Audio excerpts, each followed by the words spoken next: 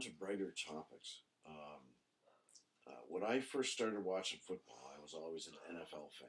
Okay, not Canadian football. Didn't mind Canadian football, but you want to take a non-top team when you become a fan. Like, if you take the top team in the country, it's kind of, you expect them to win. There's no fun in it. So true. Ross chose the old AFL Miami Dolphins. Mm-hmm.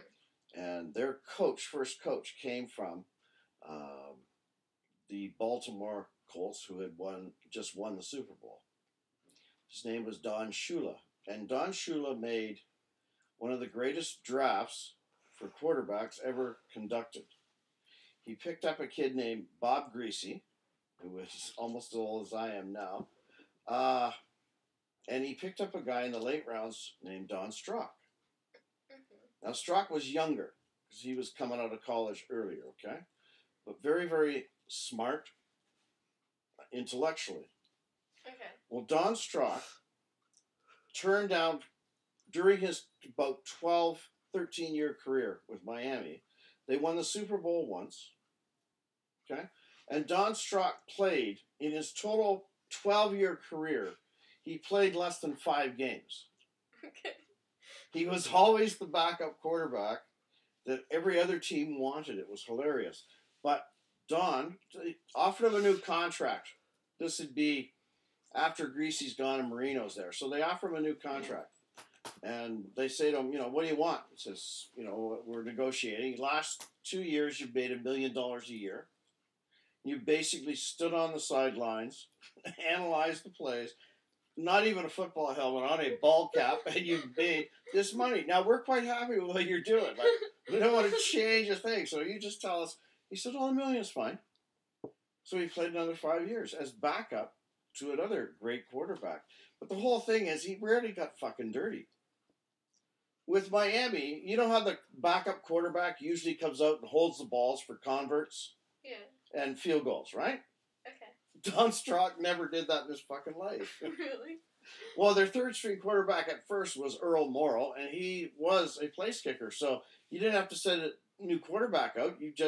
The guy was already out there kicking the field goal. So it's just the number of games he played over his entire career, and it's just hilarious. He got paid $1 million a year, and every other team in the NFL had asked at one time or another about getting Strock, like trading for him. And Miami always went to him and said, "Do you want to be traded? We have an offer from such and such."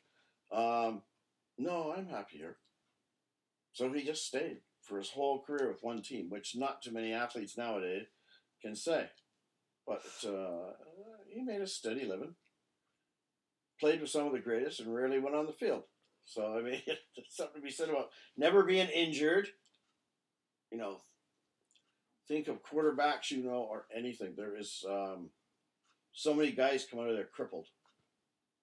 Yeah. Yeah, just especially quarterbacks, running backs. But Stark never had a major injury.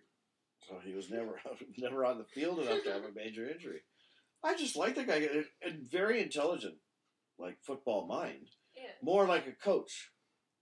Because if you look down the Miami sidelines, like 5 years ago, there's Strock standing there with a clipboard, headset on, and the hat on. The baseball cap, right? Yeah.